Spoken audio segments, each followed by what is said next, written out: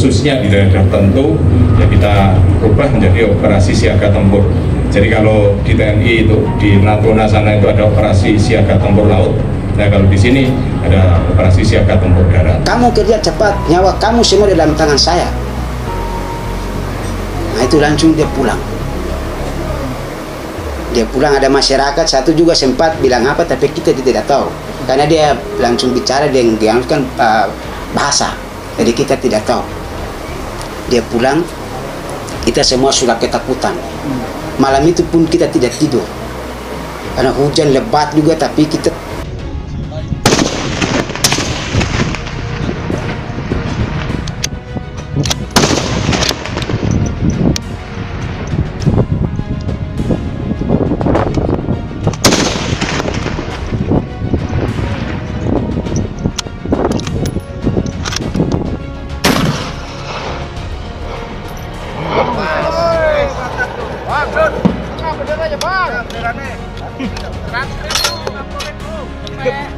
mana bendera masih berdiri tegak kok.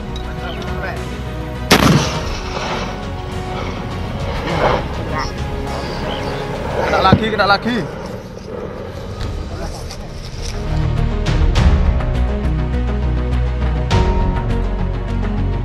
Dampak status siaga tempur TNI Polri di Papua, warga Papua ramai laporkan keberadaan simpatisan KKB di pos TNI.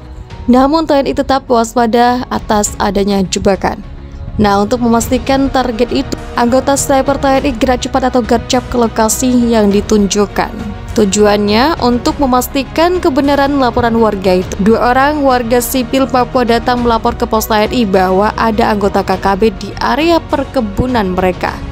Mereka takut akan KKB yang akan merusak hasil kebun dicuri dan membakar rumah mereka. Namun salah seorang warga itu datang lagi melapor bahwa salah satu KKB itu saudaranya.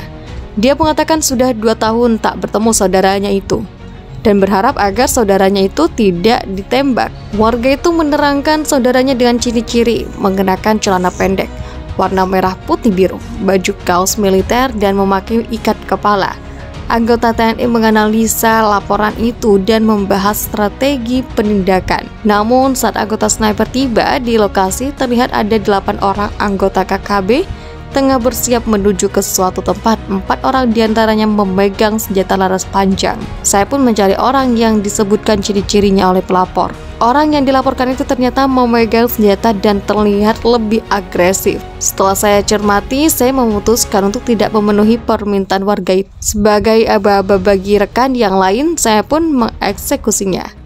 Kontak tembak terjadi hanya sekitar 1 menit. 4 anggota KKB selesai. Yang tidak bersenjata kami biarkan lari ke arah utara. Mereka akan disambut personil Satgas Gabungan. Saat kami tiba kembali ke pos penjagaan 30 menit kemudian, orang yang melapor itu datang ke pos TNI. Dia menanyakan apakah bertemu dengan saudaranya itu. Saya katakan tidak melihatnya di sana.